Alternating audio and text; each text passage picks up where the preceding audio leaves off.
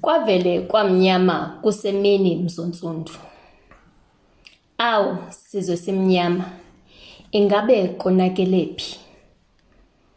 Ewe basenza sabulala ubutyebi bethu. Safulathela neenkolelo zethu. Safulathela amasiko esizwe sethu. Zaze izinyanya zethu zangcola, zatyhafa kukumela abantu abangakholelwa kuzo, abazilahlileyo. Awu sizwe simnyama, azi yokuzala nkomoni na. Mandithathe eli thuba ndizibulisele. Igama lam ndinguAvuyile, intombi yakwaJola. Siyanamkela kwinkqubo yethu ethi amasiko nezithethe, sincokola ngesintu. Bhota mzontsundu lo nguJola umphangomo uqengebe inkomo sibomvu ithole lomthwakazi uHatshi. Negama lam ke libele ndivumela ukuba ndilimpondomise. NdingumaJola Yanda. Amako. Amasiko nezithethe. Saba ngabelungu kusenina mzontsundu. Yizani sinqweme zekuthi qwenge.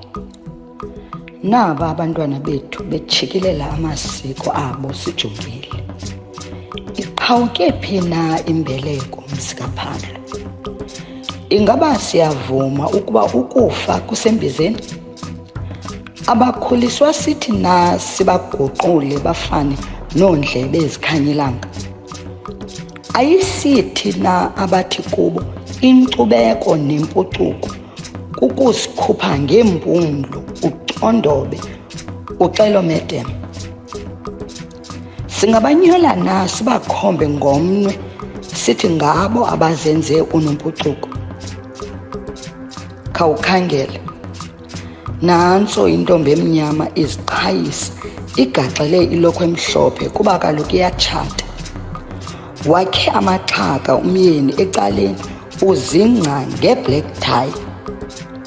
Wayedibana nayo phi?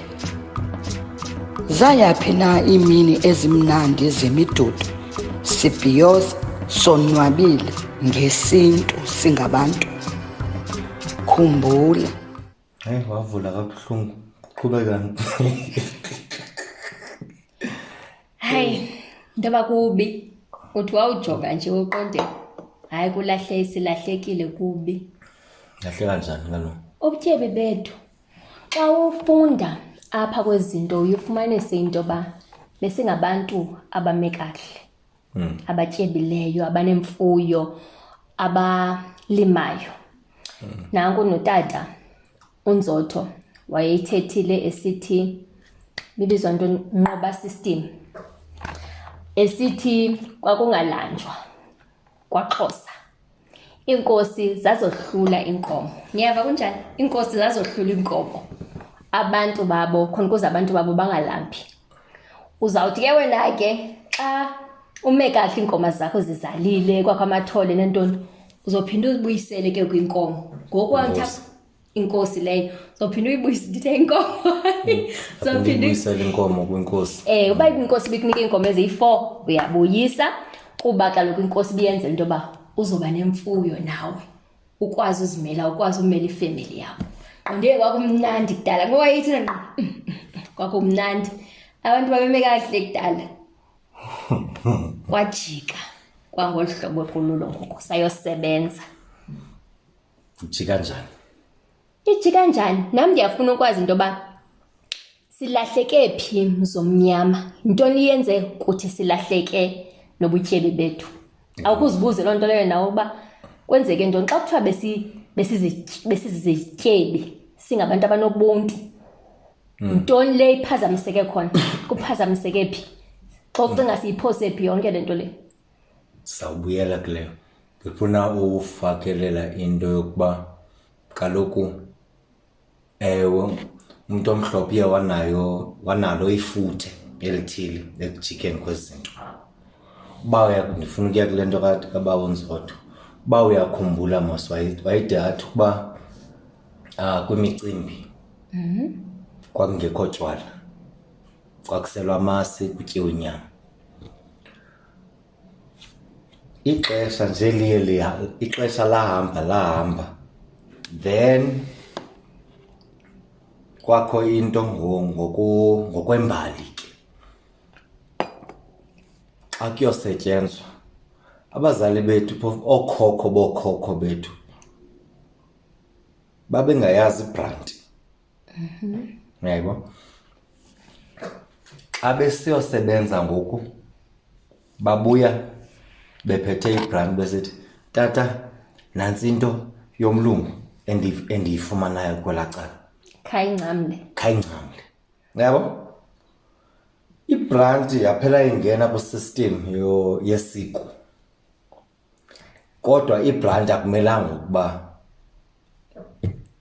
isesikweni. Ngoku nawe khawufana ucinge ukuba wenza umgidi apho ube usithi hayi ke ndikhupha umgidi ube ukhupha amasi nenyama. Ngela xesha yayinto entle leyo. Ngela xesha yabo, ngoku uzawuve sikujonga kwekuthiwa ndikhumbula noba bekulo nyaka kuphelileyo man, kwezi video zalamakhasi onxibelelwano yayi into yaseKapa na iKapa iyathanda ujongwa eziba yabo. So kulo mntu zicwicwici so hayi ngomgidi ngumsebenzi qha lo mntu ame yabo phambi kwabantu entungu ukuba bantu bakuthi niyawusixolela umqombothi yinto esingenayo. Bakhomenta abantu ke ngokule video abakhomenta into zaseKapa ke ezo izicwicwici zaseKapa ngaphakathi nqondo xa uyayazi into zamakhasi onxibelelwano awukwazi uveze ukhomente nje because uzawuthi usakhomenta bangene phezu kwakho khwelwe phezu kwakho. So uqomba akenzanga into wrong nje nalo mntu ebenovesi kabachazele qha uba kwamandulo kwakwenziwa ngolu hlobo, asikakhupha amasi ke qha. Ngoku wakho ukhuphe ntoni? Ukhuphe ibhotile? Andikhumbuli uba wakhupha ntoni, bacacile lokho ibhotile ezaba khona zona, kodwa ibhotile yinto eyenziwa ngumlungu. Ngoku isiko lethu lidependa too much kuyo ibhotile, to such an extent namagqirha yenye nayo uba kweqondo igqirha elithile man, igqirha kaloku bekumele uba ndihamba ngento yesintu kakuhle. Ngoku beqondo nali igqirha umcimbi wamagqirha ibranti emhlophe ziibranti ezitheni ezi. Xa kuthiwa uba zasingaseli tywala kutshintshe phi? Kutheni ngoku amagqirha azawufuna utywala kwawona? Yenye nje nayo kwicinga kwafuneka khona igqirha wafuna sike silikhangele sike silibuze le nto leyo. Hayi yenye nje nayo qomba hayi ngathi kutyiwe imali zabantu nje ngoku. Ngoku ke uthi imoshakele phi? Hayi kaloku yamoshakala ngala sisi wathenga phofu yaqala yamoshaka ewe ngemboni le Nonqawusi.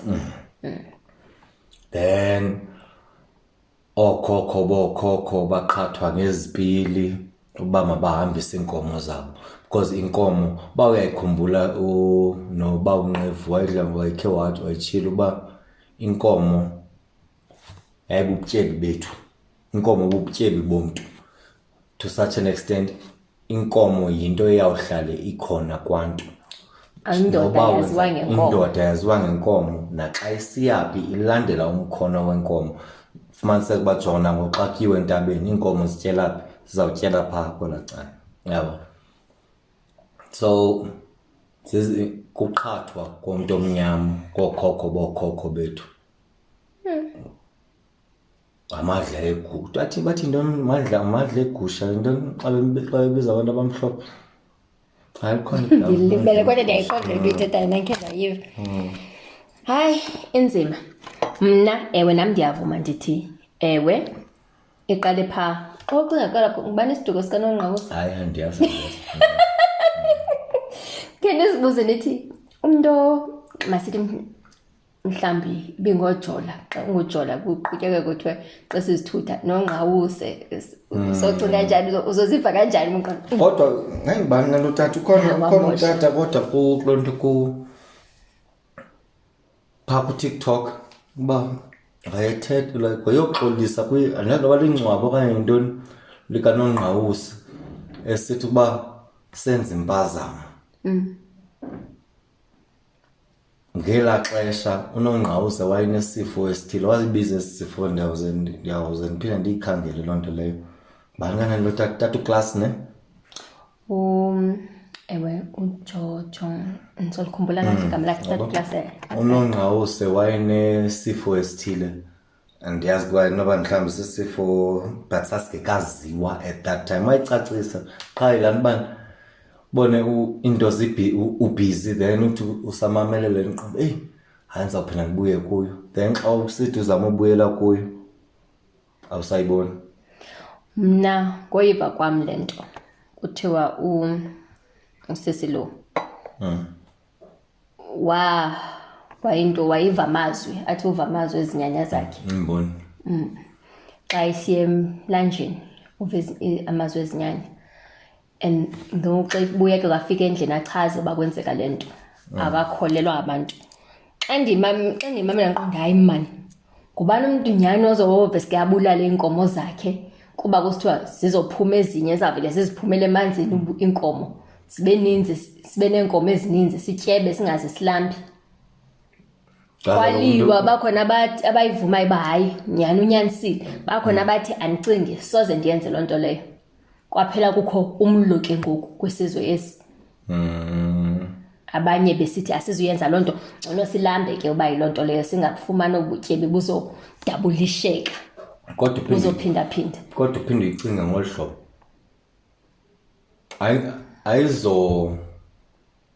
ayizozizwe ezithetha isiXhosa qha ezisentluphekweni lilonke. Asinothi ukuba unongqawuse bethe izizwe ezithetha isiXhosa qha. Ezinye izizwe zona zifumene njani intlupheko? Kuba kaloku mna ndiyithatha ngoba kuba eli lizwi into ethethwe ngunongqawuse iyajikeleza yahamba yaya kumaMpondo sendenza umzekelo yaya kwaMahlubi yaya koMpondomise yathini yafika komaBhaca masithi amaBhaca kwelaa cala ayidlulisa komaZulu uba heyi kuthiwa kwenzeka kanje yadluliswa. Kukho naba bangomSuthu mos mhlawumbi bayidlulisa nabo. Zinintsi indlela enohamba ngayo le nto le. Sekucinga nje noba kwenzeke ngolo hlobo asiyazi kukucinga. Abasekho ngokunongqawuse usixela into yoba hayi ndandigalele something ingqondo yam yajijeka ndangathi ndiva abantu abathethayo. Akekho akanosixelela nto. Ayafuneka la tata kodwa utata uklasi libe Dr. Class nto ayafuneka akayicacise because ndiyakhumbula mna uba nale yamagqunukhwebe ndayiva kuye xa ndizicingela sohlukane nobutyebi bethu. Ewe ngenxa yabantu bamhlophe ngokwemfundo itsho incwadi ezibhaliweyo bazama indlela zongena apha kuthi kuba kaloku kwakubonwa into yoba isizwe esimnyama sinamandla kakhulu. Thina sasijonge kwezinyanya ezi zethu sikholelwa kuzo. Noba uyayazi uba kuyagwanjwa kuyiwe phezulu entabeni kuyocelwa sicela imvula sicela into ezithile. For instance phaa kule nto kwabeZulu usakhona umtata sasike sahlala naye but not up yabo esicacisela ukuba ayikho into enguNkulunkulu wayengumZulu I think athi ayikho into enguNkulunkulu. Abelungu qha babecaciselwa kusithiwa umkhulu kamkhulu bebuza uba kutheni nisiye entabeni bathi siyothetha nomkhulu kamkhulu. Abakwazi uyipronounce loo nto babe besithi nguNkulunkulu so baphela abantu besithi nguNkulunkulu. Ewe ke bathina sasikholelwa kwezinyanya zethu sasiyazi ukhona uQamatha yonke loo nto leyo. Abelungu kwazanywa babona into yoba heyi asifikeleli apha kwabantu, sibangazama kukho into ezisinqandayo singakwazi ufikelela kubo. Abasikholelwa ngezinto sizithethayo, masizame. Le nto kaNongqawuse mna into endiyivuleyo uba uNongqawuse idibene nabantu abamhlophe le nto le yakhe. Andiyazi ke noba ngaba bahlebezileyo phayana emlanjeni uba bulalani into zenu. Xa ndiyafuna uyazi uba bahlebeze ngesilungu, bahlebeze ngantoni. Kwachazelwa omnye into bendiyifunda ke kwincwadi kaSisi Nwabisa uba kwachazwa into yoba asoze nifike kwabantu bamnyama kumaXhosa kuba izinyanya zabo zinamandla. Into eninoyenza nina kubachazela ngezenu ngalo mntu nithembele kuye nani, khona ukuze bazolahla izinyanya ezi zabo bakholelwe kulena into yenu nikholelwa kuyo. Bafika ke basiphilela kwincwadi yezifundo, basixelela into yoba kwenziwa kanjena, kwenzeka kanjena, saluza ubutyebi bethu. Ndlela ke ngoku esangena ngayo ke empangelweni kuba kaloku asinamali. Anti uNongqawuse uthethile sabulala izinto, kwabulawa into zethu, iinkomo kwalindwa iveki asifiki iinkomo, akho nto yenzekayo. Sinyuka izityalo, akho kutya, kwalanjwa, kwafiwa. Abelungu bangena bathi yani edolophini niyosebenza nenze imali. Kwalapho ke usapho lungesilo sapho ngoku kohlukanwa khona.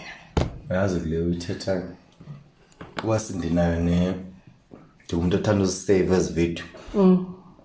Ndinayo enye ividiyo yomnye umlungu ocaci like it's iphantse yayile nto yabo uyithethayo but akathethi ngento kaNongqawuse, uthetha ngale nto yale ncwadi.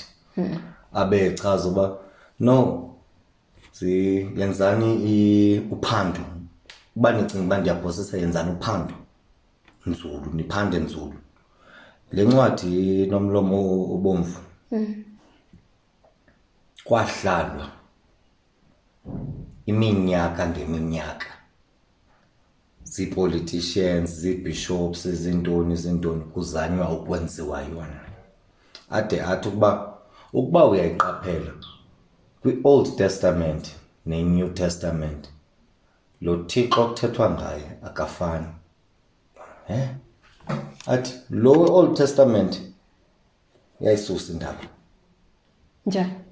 Yabulala. Wejele. Lo uYesu akuchazela ngaye holy too much, ungcwele too much. iBhayibheli ibincwadi eyenziwe ukuba kubekho ubulungisa elizweni.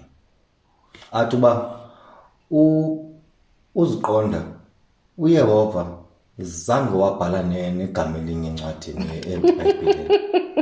Athi uba uYesu zange athi uba fundani incwadi yami. uYesu ngokuthetha ngokwale ncwadi igospel awayipreachayo wayengathi uba iyana ecaweni kakuhle ntoni, wayithetha uba icawa ilapha enhliziyweni kuwe, iba myoli apha enhliziyweni. Incwadi ibiyenzelwe leyo into. Athi uba no, andithi sanoyifunda iBhayibheli, ifundeni, imnandi iBhayibheli ndiyayithanda because ilungisa thina. Zininzi into ezivakalayo. Qaze ile nto ngokuba mhlawumbi singasuwishwa if unovese ndifake ndayikhuza laa nto ithetha ndabe ndiqona ewe mandi ewe because like zikhona nyangani izinto ube uqona hey hayi kaloku yeqe jonga phinde ndiya kwenye buyazi ukuba yamazi uNoah waswele kanjani. Ewe ngosela. Wanjani emva kwanje eqhoseni? Wanqile. Emva kokho wathini? Wahamba ngaze wabhubha ngapha kwentente, soze ichazwe loo nto. But then xa wahamba ngaze washusha wakhulula kwabhalwe kwathiwani phaya kuloo ndawo uba wahamba kade anzoyazi kakuhle indawo ngqo kodwa ikhona phaa eBhayibhileni. Ngikhumbula ndandisase high school soyikhangela siyifake soyikhangela loo ndawo. Ndandisase high school ngoku ndandifundayo bakhona abafana LCO okanye SCO. Yabo. SCO. Lo mfana wayithanda ukuba ntona nge-free period sakhupha iBhayibhile afunde iBhayibhile oqaba le chap yintoni ne-free periods ngabantwana mfondini intoni yabo. Then this one time andiyazi kwakutheni ndikanike bro andiyazi nakutyhila njani but hey zaphi sifunda ukhangele yona nto ingalunganga ndandityhila nje kuba ndiqonda uba ndibhorekile xa ndisithi ndathi hey qha ndifuna ulibiza igama ngoba bakhona kodwa ngimthembile ngohlobo wayeqine ngalo. Hey bakhona abantu beqonda uba hayi man mfowethu ngizagqibela then ungongcwele yabo. So andifuna ulibiza igama then bese kuthiwa hayi man lo ndambona endaweni ethile yabo. But wayengabe yavusa uyiqonda uba lo akulequbane ibandla lakhe clean. Hayi wethu ubomi. Bakhona ke abantu besiye sababuza into ba bona bacinga sohlukene phi nobutyebi bethu. Funa siye bamamele babathini? Simamele bona. Asingayi. Masimamele ukuthi abantu bethu baphendule bathini bona ngezabo ingcinga.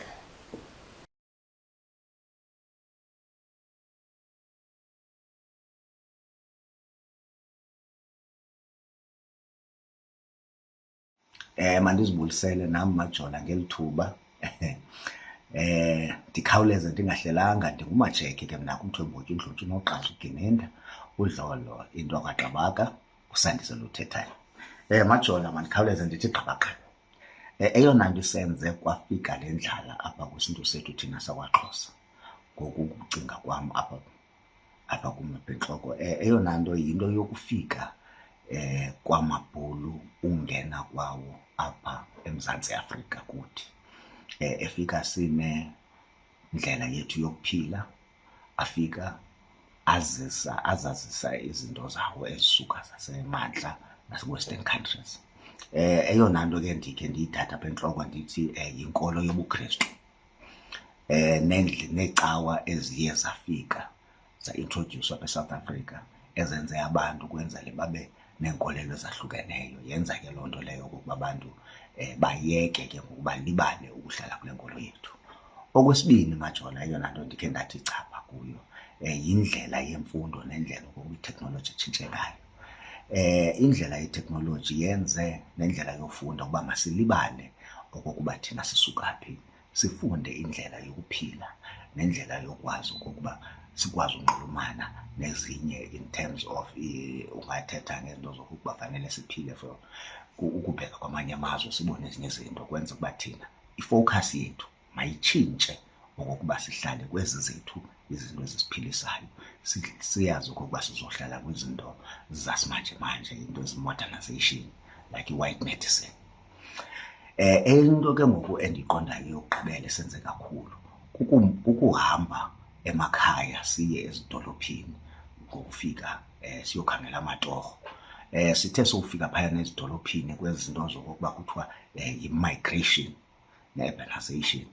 Yenze loo nto kwanzima kakhulu okokuba masime kwizinto zethu ebesizenza, izinto zokokuba kuthiwa masenze inkomo, ngoba kaloku siyabona ngokokuba imali xa ingekho siye sikhethe okokuba okanye imali siye siyifumane phayana ngoba satshintsha thina indlela yethu yokokuba masilime for imali.